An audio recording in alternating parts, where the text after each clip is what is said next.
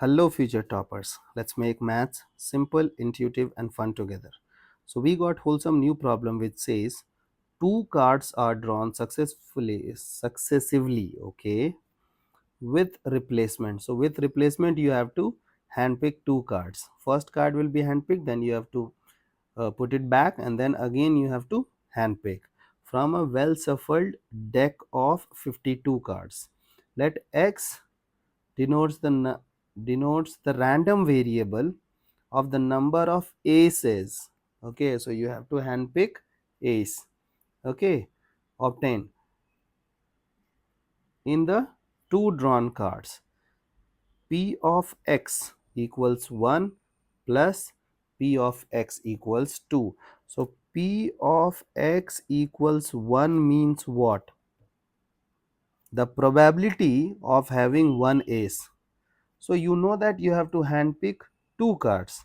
So you can have first card as ace, or you can have second card as different from ace. You have to get only one card as ace, no? Now suppose that first card is not ace but second card is ace. So these are the two valid cases in this situation. Okay, so what is the probability of having ace?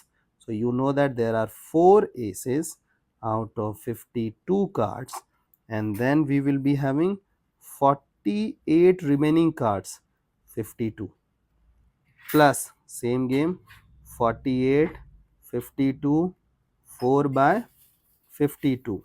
So this is the idea. This is the probability x equals to 1. Then we have second situation, probability of x equals to 2, means both are aces.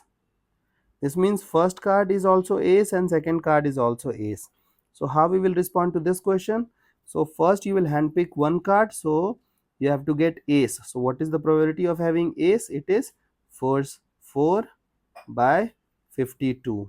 Now you will put it back and shuffle it, and suppose again you want to have ace, so again 4 by 52.